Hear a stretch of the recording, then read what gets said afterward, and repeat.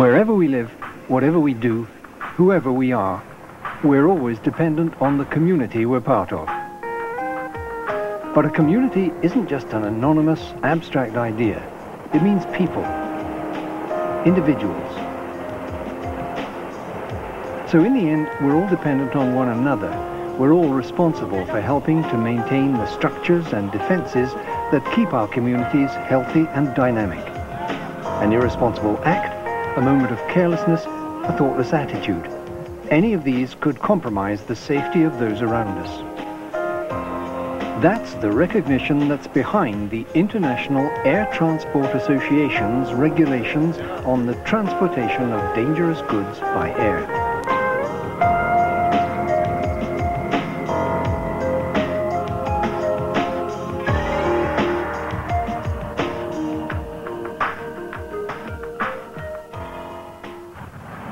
Everybody connected in any way with air travel knows that the top priority is that of safety, and it's a concern that's constantly growing. Air traffic is increasing, world markets are expanding, and more manufacturers are relying on aircraft to transport their goods. That means items varying from medical supplies through industrial equipment to leisure goods and foodstuffs.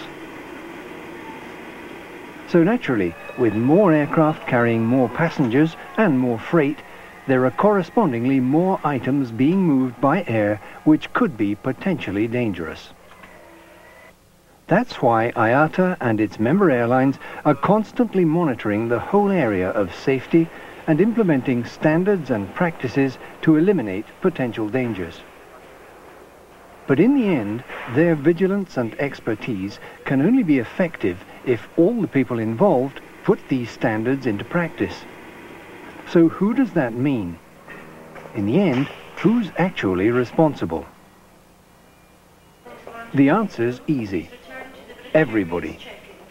From captain to passenger, from shipper to packer, from freight forwarder to cargo handlers, from check-in agents to security personnel. We've all got a role to play. As passengers, do we really know which objects might be dangerous? There are many more than we imagine. Items like these, for example, are very familiar and present no real threat in the home unless we do stupid things with them. But on an aircraft, where there can be changes in pressures and temperatures, it's a different story.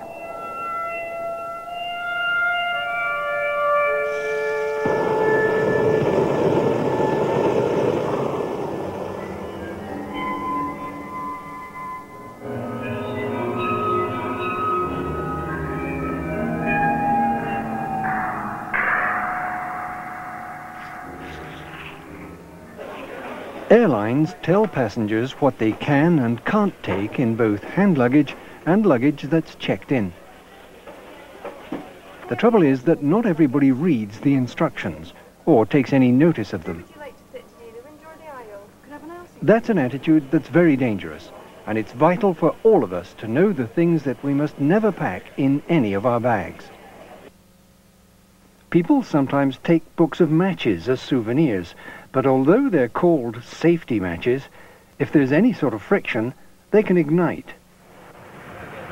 What you see here is an example of just one of the actual incidents that have occurred.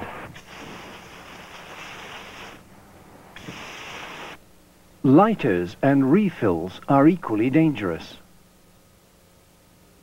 And fireworks, blank cartridges, or even the sort of caps that are used in toy guns present the same risks. Items which aren't permitted can be carried as cargo, but they must be properly packaged. As we've said, the prime consideration is always safety. Good morning. The same rule applies to any container holding compressed gas. And remember, that doesn't just mean seemingly obvious things like this butane gas stove. It also includes things like the cylinders used by scuba divers. As the pressure in the cabin and hold changes during a flight, any gas under pressure is going to expand. And if the valve were opened accidentally, for example, that could easily create a hazard or do some structural damage, or maybe damage other articles in the hold and cause them to leak. And leaks from items like wet cell batteries or mercury thermometers can have disastrous effects. You can carry a clinical thermometer on an aircraft, but it has to be in its protective case. So the list of items not permitted in passenger or crew baggage includes objects containing acids, alkalis, or bleaching compounds. It's no surprise to see that you're not allowed to take toxic and radioactive materials on board. But not everyone's aware of the items that are covered by that regulation, like paint and insecticides, and objects like this smoke alarm, which relies on a radioactive source. The dangers associated with some objects may be less obvious than those inherent in things that can burn or explode, but they're just as real. Dry ice, for example, is very cold and displaces oxygen. Before it can be carried, it must be approved by the airline and packed in a way that permits the release of carbon dioxide gas. But surely there's nothing wrong with this. It's an ordinary briefcase. Inside it there are just papers. Well, the problem here is that its owner is very security conscious, and so the case is fitted with an alarm device. Many such devices are triggered by explosives or lithium batteries, which shouldn't be on board. However, the small lithium batteries that are fitted in things like watches and cameras are permitted. The list may seem prohibitive, but every item on it is potentially lethal. Nonetheless, some articles can be taken in your hand luggage, although some airlines have additional restrictions. You can carry safety matches or a gas lighter, for example. But you must carry them actually on your person and not pack them in a bag of any sort. Flammable liquid lighters, refills, and strike-anywhere matches are prohibited. If you're on some sort of medication, you can of course take that with you. And you're also allowed things like alcohol, toiletries, perfumes, and hairsprays. But in those cases, you're limited to small amounts, enough for that particular journey. If you're ever in any doubt at all, always check with the airline before you take an item on board. If there are any other things you need for medical reasons and which might be considered potentially dangerous, like small oxygen or other air cylinders, for example, always make sure they're approved by the airline. Again, before boarding. Some airlines don't allow portable hair curlers to be carried in luggage. Where they are allowed, you can't use them on board. This type has butane inside it, but as long as the safety covers firmly over the heating element and there are no refills with it, it's okay. Refills aren't permitted in either type of luggage. Fixed quantities of sporting ammunition are allowed in checked baggage, but the person taking it must specify what it is and how much of it there is. Most important, he or she must also get the prior approval of the airline. It would obviously be wrong to discriminate against passengers who rely on battery-powered wheelchairs, so they are permitted, subject to carrier approval. But clear precautions must be taken. There must be no chance of any electrical short circuits or battery spillage. Listed in this concentrated manner, it all sounds highly prohibitive, but the reasons behind it are very sound.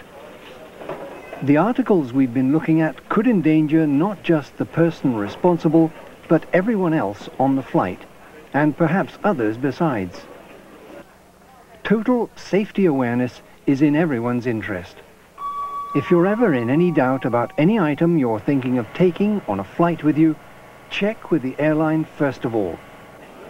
The airlines and their check-in staff have to be alert to all these potential problems and to keep such goods off their aircraft. It's part of their job, but it's also a fundamental responsibility of each passenger. The regulations do allow some dangerous goods to be carried as cargo on passenger aircraft. But as with everything else, there are many controls and limits. So far, we've been concentrating on passenger aircraft. When we move to air freight transport, the range of commodities is very extensive. Notices like this must be displayed in all places where air cargo is accepted for shipment. This is a requirement for both IATA and ICAO, the International Civil Aviation Organization.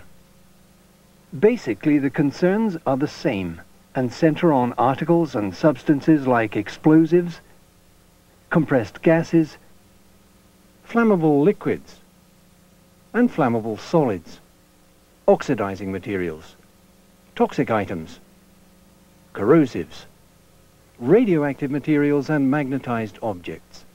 Such items may still be included in cargoes, however. The important thing is to make sure they're carried safely.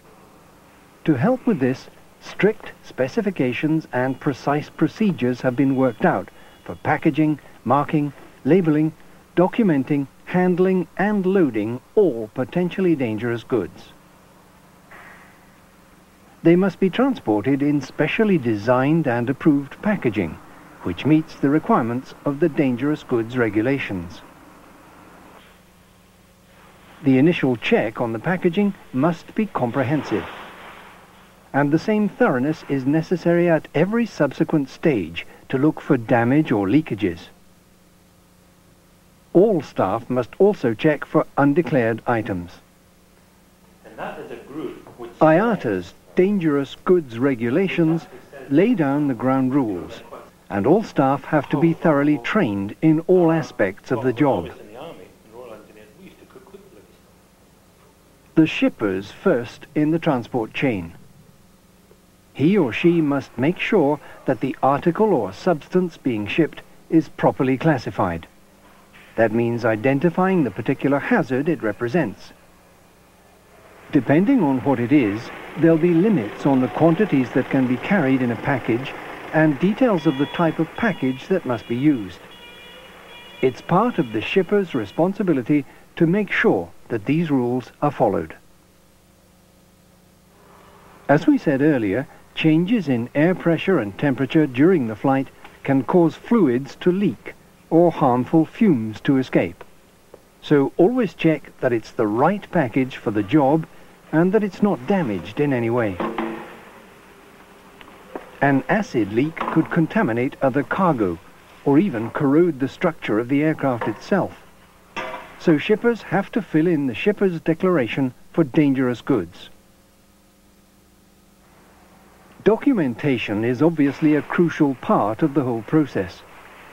Once again, at every stage there are clearly established procedures which must be followed.